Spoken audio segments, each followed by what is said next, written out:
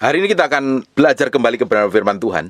Kita harus beranjak tumbuh ke arah Yesus Kristus Tuhan. Kekristenan kita harus bertumbuh, bergerak, menjadi serupa segambar dengan Tuhan. Kalau hari ini kekristenan kita ini masih berputar-putar dalam masalah yang sama bertahun-tahun, masih muter, ujungnya nggak jelas, problemnya masih tetap sama dari tahun ke tahun, artinya ada yang salah dengan hidupmu, perlu balik kepada Tuhan. Karena kekristenan kita itu harus hari demi hari beranjak, semakin dewasa, semakin mengenal Tuhan, semakin menjadi serupa segambar dengan Tuhan. Kita nggak cukup saja beragama, kita nggak cukup saja beribadah, tapi hidup kita harus memiliki dampak dan otoritas.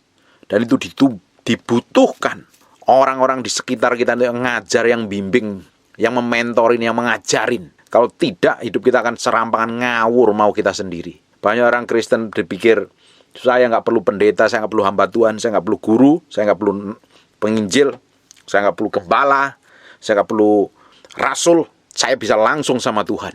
Dan ujungnya malah kacau dan berantakan. Memang kita bisa langsung berdoa instan kepada Tuhan. Tapi untuk pertumbuhan rohani, Tuhan itu berikan orang-orang yang secara rohani ditempatkan di sekitar kita untuk ngajari, mendidik kita, mengarahkan kita supaya arah jalan kita itu semakin hari tepat seperti apa yang Tuhan mau. Buka sebentar di Efesus pasal yang keempat ayat 11. Dan ialah yang memberikan baik rasul-rasul maupun nabi-nabi, baik pemberita-pemberita Injil maupun gembala-gembala dan pengajar-pengajar. Ini adalah jawatan pelayanan. Seseorang bisa diberikan jawatan pelayanan kerasulan, kenabian, penginjil, gembala, dan guru. Mereka itu ditempatkan di sekitaran kita. Untuk ngapain? Ayat yang ke-12 perhatikan baik-baik. Untuk memperlengkapi orang-orang kudus bagi pekerjaan pelayanan. Mereka ditempatkan di sekitaran hidup kita untuk memperlengkapi kita ini sebagai orang kudus untuk pekerjaan pelayanan dan pembangunan tubuh Kristus.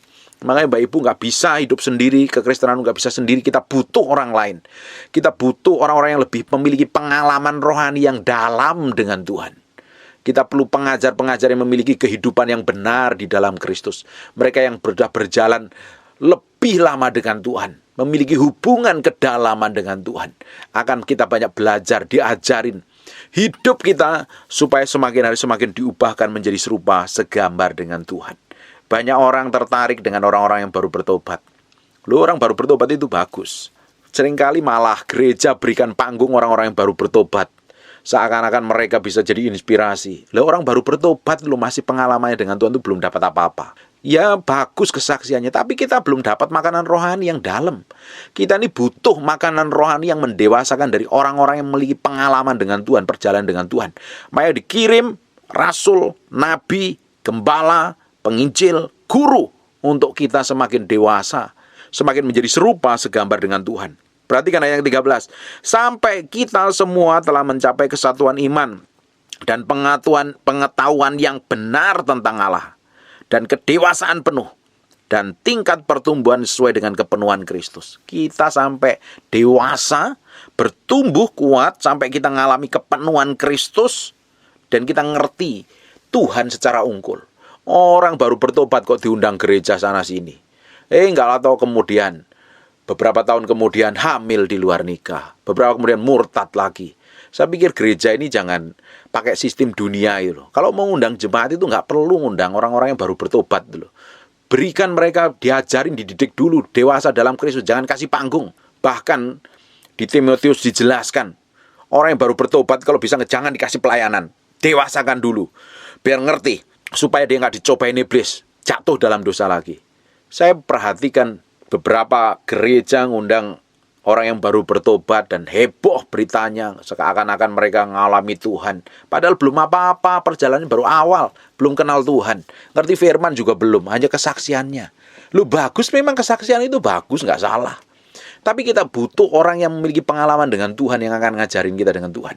Kalau orang baru bertobat, kamu dapat apa? Dapat kesaksiannya, oke kesaksiannya. Tapi kamu belum dapat makanan rohani dari kesaksian itu. Memang kita harus bersaksi. Tapi kita juga harus memilah dengan baik. Saya perhatikan banyak orang yang baru bertobat diundang di gereja-gereja besar. Tujuan untuk narik jemaat dan nama Tuhan supaya dipermuliakan, malah jadi batu sandungan. Ternyata yang diundang beberapa tahun kemudian hamil di luar nikah. Cerai, hidupnya kacau, bahkan murtad. Ini kan memalukan. Kita gereja Tuhan itu jangan pakai cara dunia itu loh. Menarik orang dengan ngundang-undang orang hebat, terkenal, supaya orang-orang itu datang. Itu bagus, tapi itu belum tentu dari Tuhan. Kalau Tuhan ditinggikan, Tuhan dimuliakan, ada urapan Tuhan, ada pewahyuan di dalamnya, orang akan datang, bukan ditarik dengan cara dunia. Lo ujungnya jadi batu sandungan buat apa? Orang-orang baru bertobat itu jangan kasih panggung. Mereka nanti mempermalukan dirinya sendiri dan dipermalukan setan. Karena belum dewasa di dalam Kristus. Belum matang secara rohani. Bapak Ibu, harus belajar dengan orang yang memiliki pengalaman dengan Tuhan loh. Engkau meski dimuridkan, diajarin orang yang ngerti firman, yang pernah berjalan bersama Tuhan, ngalami kehidupan kedalaman dengan Tuhan, bayar harga hidup dengan Tuhan bertahun-tahun, terbukti hidupnya mengalami kemenangan. Orang yang baru bertobat belum ada buahnya. Orang yang baru bertobat itu perlu belajar, belum ada buahnya apa-apa. Kita, kekristenan kita akan teruji kalau kita ini udah ikut bertahun-tahun loh. Akan teruji, akan hasilnya ada, buahnya ada. Orang baru bertobat, luarnya saja, hanya manusia rohnya yang diperbarui. Baru, tapi belum dewasa di dalam Kristus. Jiwanya belum pulih total. Tidak heran orang yang baru bertobat kalau nggak dimuridkan, nggak diajari, nggak dididik ngerti kebenaran, mereka malah murtad dan jauh daripada Tuhan. Bahkan orang-orang Kristen yang nggak ngerti apa-apa, bertahun-tahun ke gereja, nggak muridkan, nggak didewasakan, diajari dengan kebenaran, pondasinya dibangun dengan kuat. Akhirnya apa? Ketika kena masalah, stres, panik, bisa murtad dan ninggalin Tuhan. Nggak peduli dengan Tuhan, bahkan hidup dalam kepahitan. Ini ada hamba-hamba Tuhan dikirim di antara orang-orang kudus, di antara kita ini untuk membuat pertumbuhan rohani kita itu supaya kuat. Rasul dan Nabi sebagai dasarnya untuk tanam pondasi yang kuat. Baru dibangun di atasnya dengan pengajaran penginjil, gembala dan guru, supaya semakin menyerupai segambar dengan Tuhan. Kalau kekristenan kita ini belum dewasa penuh di dalam Kristus, nggak ngerti firman, pakai firman nggak ngerti, berdoa nggak ngerti, ngambil keputusan nggak ngerti, hidupnya ngawur seenaknya sendiri. Dia dipikir bisa melakukan segala sesuatu dan merasa berkenan dan mati masuk surga. Nggak taunya hidupnya malah babak belur dan kacau. Karena apa? Nggak dewasa. Makanya ayat 14 ngomong, sehingga kita bukan lagi anak-anak. Anak-anak kita harusnya jadi orang Kristen yang dewasa. Di Ibrani dijelaskan, dari segi umur, dilihat dari umurmu, kamu harusnya jadi pengajar, tapi kamu masih diajar. Kamu kalau dikasih makanan keras masih komplain, ngomel. Karena maunya susu. Kalau dikasih makan keras, stres. Ditegur nggak bisa, dinasihatin nggak bisa. Berjalan maunya sendiri, enaknya sendiri. Tidak heran udah Kristen puluhan tahun kelakuannya seperti anak kecil. Karena apa? Tidak dewasa, tidak dimuridkan, tidak diajarin, tidak dibangun dengan pondasi yang kuat di dalam Kristus. Saya nggak habis pikir, saya ketemu orang Kristen ratusan, ribuan orang Kristen masih hidupnya babak belur, nggak ngerti berdoa padahal udah Kristen bertahun-tahun. Hidupnya masih ditipu dengan pengajaran-pengajaran hamba Tuhan yang ngawur ngajarnya. Saya nggak habis pikir, apa mereka ini selama ini nggak belajar firman atau apa? Tuhan, kenapa mereka ini nggak ngerti firman udah padahal udah dewasa, udah ikut Kristen di atas 3 tahun, 4 tahun, 5 tahun. Kenapa mereka seperti? Karena mereka memang tidak mau belajar dan tidak dimuridkan oleh hamba Tuhan yang ngerti kebenaran. Hamba Tuhan yang murni, yang tulus di Indonesia itu banyak sekali. Saya kenal teman-teman saya hamba Tuhan yang melayani masih muda-muda dengan ketulusan, kemurnian hati. Mereka hidup benar di hadapan Tuhan. Mereka dikasih pelayanan-pelayanan yang luar biasa, yang hebat. Memiliki pengaruh banyak. Harusnya kekristenan kita dengan hamba Tuhan seperti itu bisa belajar banyak hal loh. Kita harus bertumbuh di dalam Kristus loh. Sehingga kita nggak jadi anak-anak lagi. Anak-anak kerjanya apa? Kalau nggak disenengin, kalau nggak dipuaskan, kalau dicukupin kebutuhannya nangis, teriak-teriak. Nggak ngerti tujuan hidupnya, masih anak-anak. Kalau ditegur marah, ngambek anak-anak nih. Nggak dewasa sikapnya, karena masih ada anak-anak. Belum bisa melakukan aktivitas yang seperti orang dewasa lakukan. Belum akil balik. Masih anak-anak, belum bisa dipercayakan apa-apa. Kekristenan bertahun-tahun belum bisa dipercayakan apa-apa. Hikmat pengertiannya belum nyata. Buah rohnya juga belum nyata. Karena apa? Masih anak-anak, kerjaannya ngerengek, nangis, gerutu, ngomel. Dan tidak pernah mencerminkan kehidupan yang benar-benar menjadi anak-anak Tuhan yang dewasa. Sehingga kita bukan lagi anak-anak yang diombang-ambingkan oleh rupa-rupa angin pengajaran. Kenapa kok bisa diombang-ambingkan oleh angin pengajaran yang aneh-aneh, yang ngawur? Hari ini, akhir-akhir ini banyak pengajaran orang ngajar nggak sesuai firman loh. Ngajar ngawur untuk perutnya sendiri loh. segala macam pengajaran loh. Tapi kalau kita ini kuat dan kokoh dengan firman, kita tahu membedakan loh. Ini mana yang dari roh, ini mana yang dari daging ini. Kita tahu. Kalau mengajar tentang penyesatan kita bisa membedakan. Tapi kalau pengajaran pusatnya dari daging dan kepentingan dagingmu, bukan nyeret hidupmu dalam Roh Kudus, hidup dalam kekudusan dan kesucian, tapi nyeret kamu jatuh dalam dosa, kamu akan, kalau nggak dewasa, nggak bisa membedakan nih. Mana yang murni dan mana yang tidak. Permainan palsu manusia. Karena banyak orang mempermainkan palsu manusia. Melayani Tuhan kedoknya, tapi dalamnya melayani perutnya sendiri, keuntungannya sendiri. Dalam kelicikan mereka yang menyesatkan. Kita meski tahu nih dewasa, semakin dewasa kita tahu peka nih. Kalau ini nggak benar ya nggak usah diikutin. Kalau ini hamba Tuhan rohnya nggak benar nih, nggak sesuai dengan firman, nggak usah diikutin. Nanti mencemari manusia rohmu. Cari hamba Tuhan yang murni, banyak sekali. Hamba Tuhan yang mirip Beliam juga banyak. Hamba Tuhan yang mirip Gehasi juga banyak. Yang mirip Yudas juga banyak.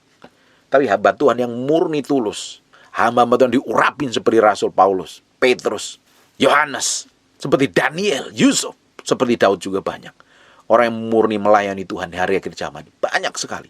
Nah, makanya kita meski dewasa, baru kita bisa membedakan mana yang benar dan mana yang tidak. Kalau tidak, hidup kita tidak akan berkenan di hadapan Tuhan. Ayat yang ke-15, tetapi dengan teguh berpegang pada kebenaran, di dalam kasih kita bertumbuh di dalam segala hal ke arah Dia. Harusnya kita berpegang pada kebenaran, dan di dalam kasih kita bertumbuh ke arah Yesus Kristus. Bukan malah mentingin diri kita sendiri. Orang yang kenal Tuhan, ngalami Tuhan, hidupnya diubahkan di dalam Tuhan, karakternya berubah, hatinya berubah, hidupnya berubah. Perhatikan Bapak ya. Tetapi dengan teguh berpegang pada kebenaran. Firman Tuhan yang jadi pegangannya, jadi patokan. Yang jadi patokan kita untuk mengambil keputusan, mengambil semua tindakan yang kita lakukan adalah firman. Patokannya adalah firman. Kalau di luar firman, nggak usah dilakukan. Kalau sesuai dengan firman, lakukan dan ikutin. Dalam kasih dan bertumbuh dalam segala hal ke arah Dia. Tujuan Tuhan mau kita ini menjadi serupa segambar dengan Dia kok. Makanya kita digeret terus, ditarik terus, dekat dengan Tuhan. Dan Kristus yang adalah kepala. Daripadanya seluruh tubuh yang rapi tersusun dan diikat menjadi satu oleh pelayanan semua baginya. Sesuai dengan kadar pekerjaan tiap-tiap anggota menerima pertumbuhannya, membangun dirinya dalam kasih.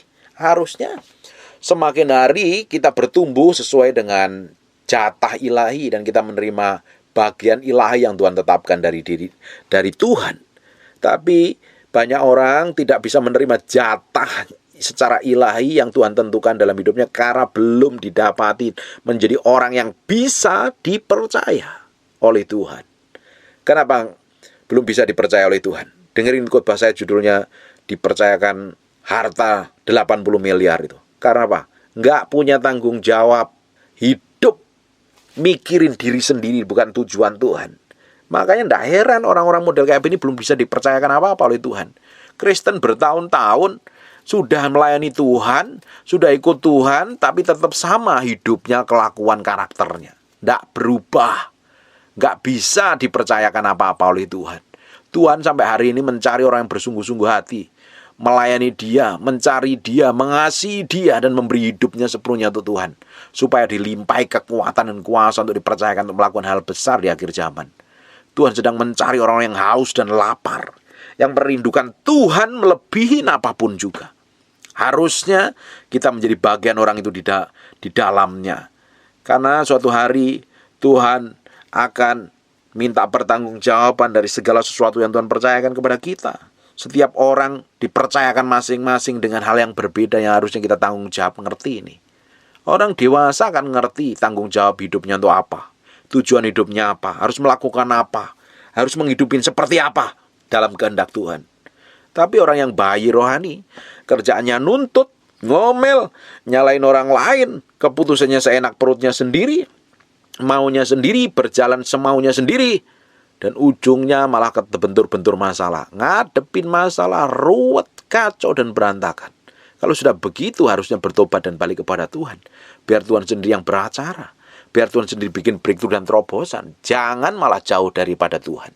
Hari ini harusnya hidup kita berkenan di hadapan Tuhan. Semakin hari, semakin kita didapatin berkenan di hadapan Tuhan. Menyenangkan hati Tuhan. Menyenangkan hati Tuhan dan berjalan dalam ketetapan ilahi. Ayat yang ke-17. Sebab itu kukatakan dan kutegaskan ini kepadamu di dalam Tuhan. Jangan hidup lagi sama seperti orang yang tidak mengenal dengan pikirannya yang sia-sia. Kalau kita ini jadi orang Kristen, ngaku sudah percaya Yesus, sering ibadah ke gereja, sering berdoa. Tapi kalau kita ini pakai pola pikir seperti pikiran orang dunia yang memikirkan hal yang sia-sia, hal yang jahat, hal yang buruk, hal yang najis, hal yang kotor. Hidup kita bukan dipimpin oleh Tuhan, tapi dipimpin oleh pikiran kita sendiri, dikendalikannya, diseret untuk melakukan hal-hal daging. Nah, hal kayak begini, ini jauh dari perkenanan Tuhan loh. Ayat 18, dan pengertian yang gelap jauh dari hidup persekutuan dengan Allah. Karena kebodohan yang ada di dalam mereka, karena kedegilan hati mereka. Orang-orang yang degil hatinya, dipikir dia sudah dekat dengan Tuhan, ternyata dia jauh hidup dari persekutuan dengan Allah. Orang itu, meski dengerin khotbah kemarin, judulnya apa itu? Saya lupa judulnya apa itu. Bagian terpenting dalam kehidupan kita. Dengerin itu. Orang itu harus memiliki hubungan pribadi dengan Tuhan. Kalau kita nggak memiliki hubungan pribadi dengan Tuhan, hubungan kita nggak dekat dengan Tuhan, hubungan kita nggak beres dengan Tuhan, hidupmu akan bermasalah loh. Hidupmu akan trouble. Kalau hubungan kita dengan Tuhan nggak beres, hati kita nggak beres dengan Tuhan, kita pasti salah ngambil keputusan, dan segala sesuatu yang kita kerjakan ngawur semau kita sendiri, seenak kita sendiri. Dipikir kita sudah hidup benar menurut cara pandang kita, ternyata di hadapan Tuhan jauh dari perkenanan Tuhan. Ini orang yang hidup dalam pengertiannya yang gelap dan hidup jauh dari persekutuan dengan Allah, karena kebodohan yang ada dalam mereka, karena kedegilan hati mereka. Dipikir dia benar, ternyata busuk dan jahat. Karena apa? Ngikutin daging. Semua yang dari daging itu membawa kita jauh dari kasih karunia Tuhan. Semua yang dari daging membuat kita tidak memiliki hubungan dengan Tuhan. Kita jauh dengan Tuhan dan kita merasa benar sendiri. Ujungnya kita akan ketemu trouble dan masalah. 19, perasaan mereka telah tumpul sehingga mereka menyerahkan diri kepada hawa nafsu dan mengerjakan dengan segala macam kecemaran. Orang yang nggak dipimpin Roh Kudus, orang yang nggak dipimpin oleh Roh, hidupnya nggak memiliki persekutuan dengan Tuhan, orang itu akan dipimpin dan hidupnya dikuasai oleh hawa nafsu. Mereka secara cuma-cuma untuk dipimpin oleh hawa nafsunya. Tidak pernah tahu persis, hidup pikul salib sangkal diri, nggak ngerti caranya bagaimana. Karena apa? Hawa nafsunya yang mengendalikan. Akhirnya apa? Hidup dengan serakah dan dalam segala macam kecemaran ini. Ini bisa kita ini melayani Tuhan, tapi kalau kita dipimpin oleh hawa nafsu dengan keinginan daging kita menjadi orang Kristen yang serakah. Kita menjadi hamba Tuhan yang serakah. Dan kelihatannya hidup kudus, tapi hidup dalam kecemaran. Fokus pada perutnya sendiri, pada keuntungan sendiri. Untuk menghasilkan uang untuk keperluan dan kepuasan hawa nafsunya. Melayani Tuhan sih melayani Tuhan, kelihatannya. Tapi kan dari praktek hidupnya ketahuan kalau serakah dan tamak. Jangan sampai kita dapatin memiliki hati yang tamak dan serakah di hadapan Tuhan. Kita melayani Tuhan, tapi ternyata kita melayani perut kita sendiri. Kita kelihatannya dipimpin Roh Kudus, nggak taunya dipimpin oleh hawa nafsu. Akhirnya kita menjadi orang yang serakah dan hidup dalam kecemaran. Harusnya kita ini menjadi manusia yang baru, yang telah mengenal Kristus dan meninggalkan manusia yang lama kita ini. Kalau kita nggak sadar diri, ya kita dipimpin oleh daging terus. Orang yang dipimpin daging itu melakukan kecemaran. Merasa benar, merasa pinter, merasa rohani, padahal cemar dan najis. Karena yang dilayani apa? Hawa nafsunya. Kalau orang dewasa tahu persis ini. Makanya kalau kita ini memiliki hubungan dekat dengan Tuhan, jam doa kita ini beres di hadapan Tuhan. Kita ngalami Tuhan secara pribadi. Ketika kita bikin kesalahan pelanggaran itu seperti ada alarm yang di dalam nih loh. Kamu nih salah, bertobat, balik kepada Tuhan. Tapi kalau dikuasai oleh hawa nafsu, tanpa dipimpin Roh Kudus, hidupnya akan ngaco dan ngawur. Hidupnya tidak akan berkenan di hadapan Tuhan. Sama sekali. Ayat 20, tetapi kamu bukan demikian, kamu telah belajar mengenal Kristus. Kalau kita ini belajar mengenal Kristus, kita lahir baru, udah belajar kebenaran firman Tuhan, harusnya kita menanggalkan manusia lama kita itu. 21, karena kamu telah mendengar tentang dia dan menerima pengajaran di dalam dia menurut kebenaran yang nyata dalam Yesus, yaitu bahwa kamu berhubung dengan kehidupan kamu yang dahulu harus menanggalkan manusia yang lama. Kita harus tanggalkan manusia lama kita ini. Kita hari ini lahir baru, tapi masih pakai pola pikir yang lama. Kita masih berpikir dengan cara orang dunia, bertindak seperti orang dunia, persis kelakuannya mirip orang dunia. Kita sudah lahir baru tapi pakai baju yang lama itu. Kita harus tanggalkan manusia lama kita itu. Yaitu bahwa berhubung dengan kehidupan kamu yang dahulu harus menanggalkan manusia yang lama, yang menemui kebinasaannya oleh nafsu yang menyesatkan. Manusia lama kita itu dipenuhi nafsu karena nggak kenal Tuhan, nggak mau tunduk kepada firman. Akhirnya apa? Sesat. Itu harus ditanggalkan, kalau nggak binasa nanti. Ayat 23, supaya kamu diperbarui dalam roh dan pikiranmu. Kita lahir baru, roh kita diperbarui dan pikiran kita. Ini dalam jiwa, ini pikiran, jiwa. Ada pikiran, ada kemauan dan kehendak kita ini harus diperbarui oleh firman setiap hari ini. Makanya bersyukur Bapak Ibu bisa mendengarkan firman. Ya, saya bersyukur Bapak Ibu bisa dengerin apa yang sampaikan lewat YouTube. Bapak Ibu bisa belajar dengan hamba-hamba Tuhan yang khotbah lewat YouTube, lewat live streaming. Belajar firman, renungin firman, baca buku rohani. Itu pelan-pelan memperbaharui nih. Pikiran kita diarahkan sejalan, sepikir dengan Kristus. Makanya terus diperbaharui. Disingkapkan pewahyuan-pewahyuan yang membuat kita ngerti kebenaran. Karena kebenaran yang kita mengerti, kata Yohanes 8 ayat 32, kebenaran itu akan memerdekakan kita. Kita harus ngerti kebenaran yang sejati, yang seperti surga mau. Itu loh yang akan memerdekakan hidup kita. Jangan pakai pola pikirmu sendiri, pola pikir nenek moyangmu, pola pikir orang tuamu yang tidak sesuai dengan firman Tuhan. Kata orang pada umumnya, kalau kata orang pada umumnya nggak sesuai dengan firman Tuhan, ya jangan dipakai. Apalagi konseling dengan orang-orang yang nggak ngerti firman. Keluargamu tambah hancur gitu. Makanya dibutuhkan orang-orang rohani, hamba-hamba Tuhan, belajar sama mereka yang memiliki pengalaman dengan Tuhan tuh. Jangan belajar sama orang yang kenal Tuhan. Nanti dapat saran yang salah, dapat nasihat yang salah. Kalau kamu ribut dengan keluargamu, dengan suami, dengan pasangan hidupmu, akan kacau dan berantakan. Kamu sendiri yang akan tanggung. Makanya perlu dididik, diajarin, dimuridkan, belajar sama hamba Tuhan yang benar. Pak, saya kan bisa langsung ke Tuhan. Kamu bisa langsung berdoa sama Tuhan. Memang nggak ada siapa yang ngelarang kita langsung berhubungan dengan Tuhan. Tapi kamu kan perlu diajarin, dimentorin. Kita kan kecenderungan diri kita lah benar menurut cara pandang kita sendiri kok. Saya sampai hari ini pun masih belajar dimentorin sama orang yang memiliki pengalaman dengan Tuhan lebih dalam. Saya dimuridkan sampai hari ini. Belajar dengan hamba-hamba Tuhan yang memiliki pengalaman dengan Tuhan yang dalam. Ketika kita salah, kita bisa ditegur, dinasihatin. Kalau kita belajar sendiri, kamu salah, kamu ngawur, kamu ngeroh, menyimpang dari kebenaran firman Tuhan, nggak ada yang nasihatin. Siapa yang nasihatin? Mana orang berani kalau kamu ngomong atas nama Tuhan? Nggak ada yang berani. Tapi ketika dimentorin, dikirim hamba-hamba Tuhan di sekitar kita, belajar sama mereka. Ketika kau salah, dimuridkan, diajarin, bahkan ditegur kalau nggak benar. Supaya apa? Hidup kita benar di hadapan Tuhan. Motivasi kita benar, kelakuan kita benar, sikap kita benar.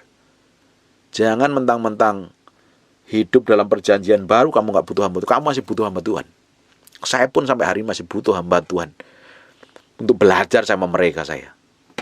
Gak ada orang yang bisa mandiri sendiri itu. Kita itu tubuh Kristus kok. Saling dibangun satu dengan yang lainnya. Diikat dalam kebenaran firman Tuhan. Amin.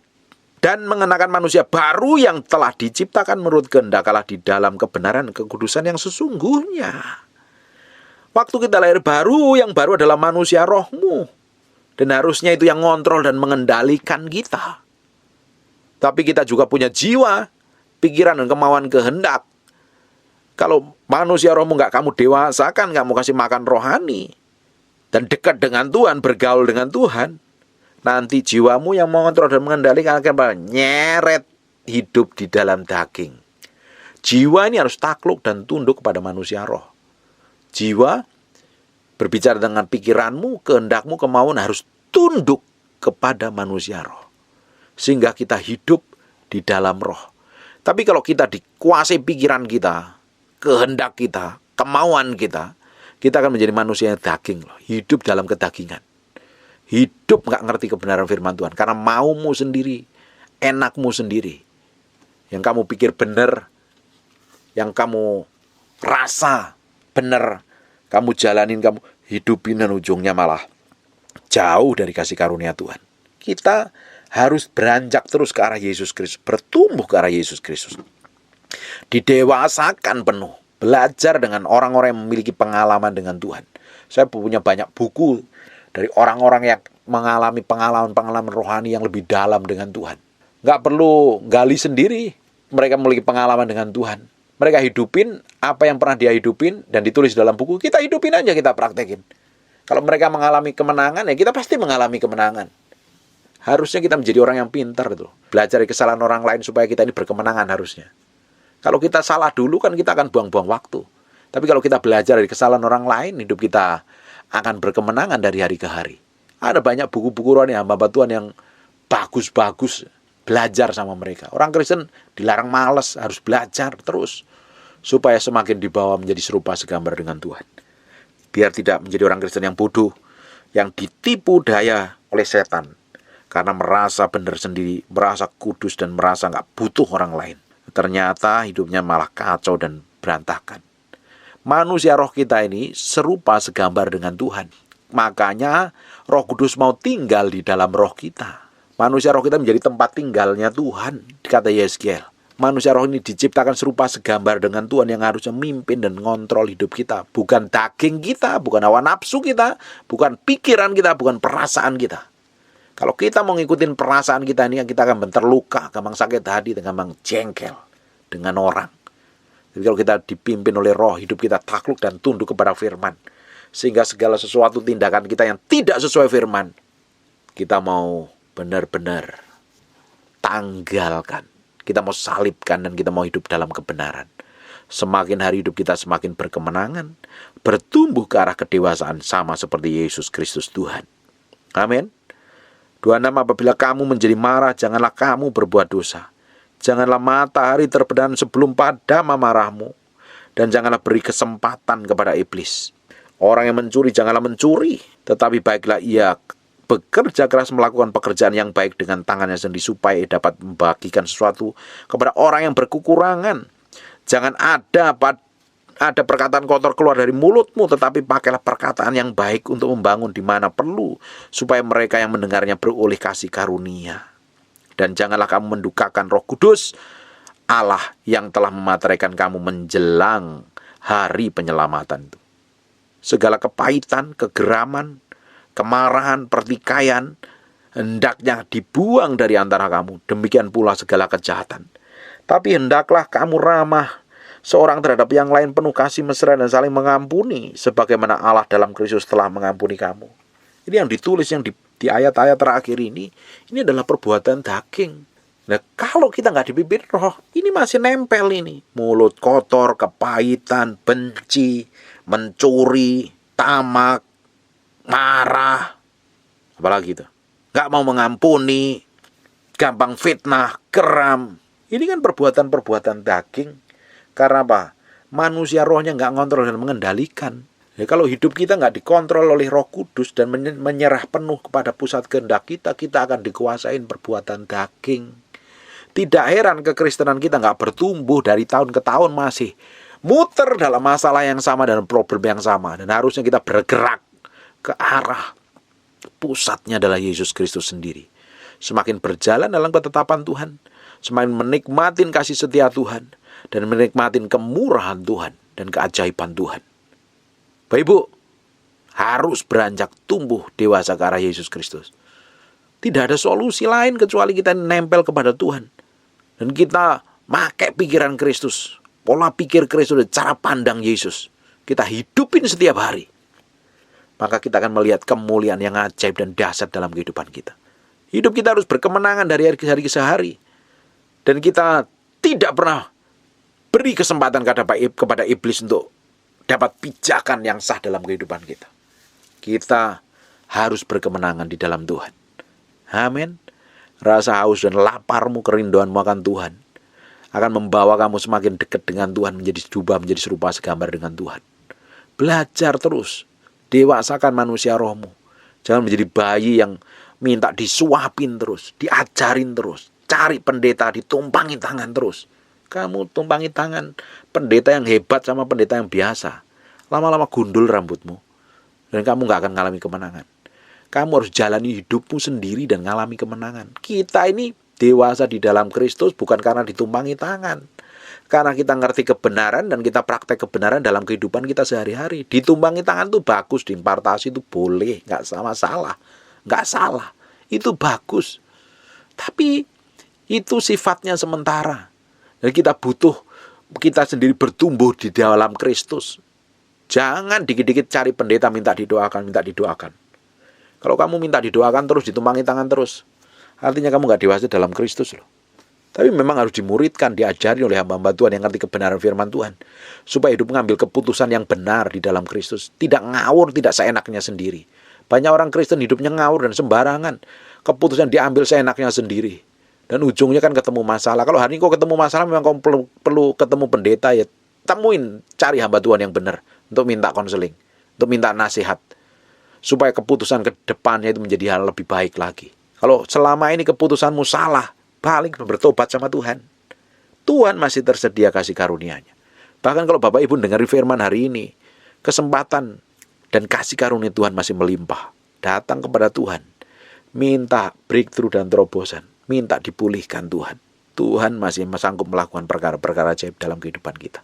Dibutuhkan orang yang mau diajarin, mau belajar, mau didewasakan di dalam Kristus. Jangan menyerah.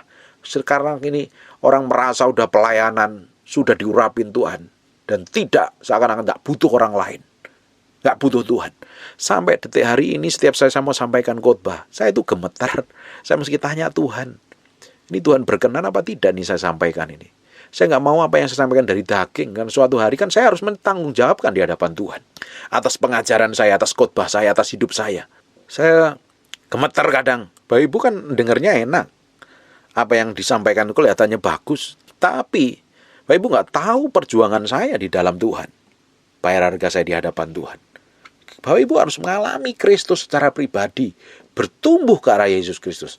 Hidupmu akan gentar dan takut akan Tuhan. Semakin dewasa di dalam Tuhan, belajar kebenaran, ngerti kebenaran, dan hidup dalam kemenangan. Udah capek lah ngelihat orang Kristen babak belur. Ini waktunya orang Kristen mengalami kemenangan. Apa saja yang dikerjakan tanganmu, Tuhan akan bikin berhasil. Hidupmu akan hidup dalam kelimpahan anugerah dan kemurahan Tuhan. Jadi dampak bagi banyak orang lain. Keluargamu dipulihkan, anakmu dipulihkan, pekerjaanmu diberkati Tuhan, dan hidupmu menjadi inspirasi banyak orang karena ada Tuhan yang berkarya, ada kedahsyatan Tuhan, ada keajaiban Tuhan yang ajaib, yang menyertai. Amin. Jangan berhenti sampai hari ini dalam kepuasan diri sendiri. Kalau kita udah puas, pelan-pelan kau akan mati secara rohani. Jangan pernah puas. Ikut Tuhan itu gak boleh puas dengan diri sendiri. Kita harus penuh, dipenuhin terus. Ada rasa haus dan lapar, pingin dipenuhin Tuhan, pingin dipenuhin Tuhan setiap hari. Baru hidup kita berkemenangan di dalam Tuhan. Amin. Saya berdoa Bapak Ibu, semakin hari hidup kita semakin berkemenangan di dalam Kristus. Semakin berkemenangan di dalam Kristus. Hidup kita semakin mengalami breakthrough dan terobosan, dan nama Tuhan dipermuliakan dalam kehidupan kita. Semakin dewasa dan semakin dewasa, menjadi serupa segambar dengan Tuhan. Amin. Tutup Alkitabmu dan tutup matamu, kita berdoa. Bapa, dalam nama Yesus kami materaikan firman-Mu dengan darah Yesus. Kami mengucap syukur buat firman-Mu ini nempel dalam hati kami berhari-hari, berminggu-minggu, berbulan-bulan. Tuhan, Kau sendiri yang campur tangan. Semakin hari kami ingin diubahkan menjadi serupa segambar dengan Kau. Berikan kemampuan untuk kami bisa ambil keputusan yang benar untuk menghidupin kebenaran firman Tuhan. Dan hidup kami mengalami kemenangan dari hari ke hari. Pakai hidup kami menjadi berkat, mengalami Kristus setiap hari, dipercaya Tuhan. Dan Kau sendiri yang akan mempercayakan hidup kami semakin diberikan tanggung jawab besar dan mempengaruhi banyak orang kepada Yesus Kristus Tuhan. Terima kasih Tuhan buat hari ini. Kami kembalikan segala hormat, pujian, dan pengagungan buat Engkau. Tilik sampai kedalaman batin kami. bawa terus dalam pusat kehendak-Mu. Bawa terus dalam pusat kehendak-Mu. Sehingga hidup kami tidak melenceng ke kanan kiri, tapi fokus kepada tujuan Tuhan. Dan kami bisa didapat menjadi hamba yang berkenan di hadapan-Mu. Terima kasih Tuhan. Hamba-Mu sekarang mau berdoa untuk orang-orang yang sakit. Bagi yang sakit, taruh tangan kananmu di bagian sakit. Hamba-Mu berdoa dalam nama Yesus, oleh bilur Yesus, jadilah engkau sembuh. Jadilah engkau sembuh. Jadilah engkau sembuh. Tahir, oleh darah Yesus, oleh bilur Yesus, dalam nama Yesus, aku lepaskan urapan itu dari ujung rambut sampai terlepas.